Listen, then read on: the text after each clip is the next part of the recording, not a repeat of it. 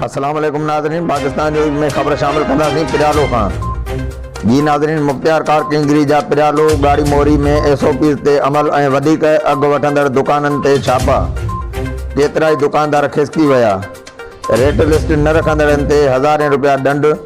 Mukhtiar car किंगरी मोहम्मद कासिम दांदो पंहिंजे अमले खे साणु करे पिरालो ऐं गाड़ी मोरी में SOP ते अमल दरामद ऐं वधीक रेट वठंदड़नि दुकानदारनि ते छापा हयां। मुख्तियार कार किंगरी छापा लॻण दौरान केतिरा ई दुकानदार दुकान बंदि करे खिसकी विया।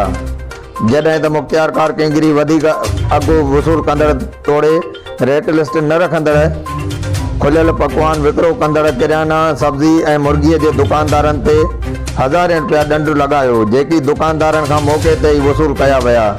उन मौक़े ते मुख्तियार कार किंगरी दुकानदारनि खे सख़्तीअ सां हिदायत कंदे चयो त इंसानी जानियुनि लाइ नुक़सानकार पकवान तेल तोड़े मिलावट वारियुनि शयुनि जे विकिरे ते मुकमल पाबंदी आहे ऐं ख़िलाफ़ वर्जी कंदड़ रेट लिस्टूं न रखंदड़ दुकानदारनि ख़िलाफ़ सख़्त कार्रवाई कई वेंदी।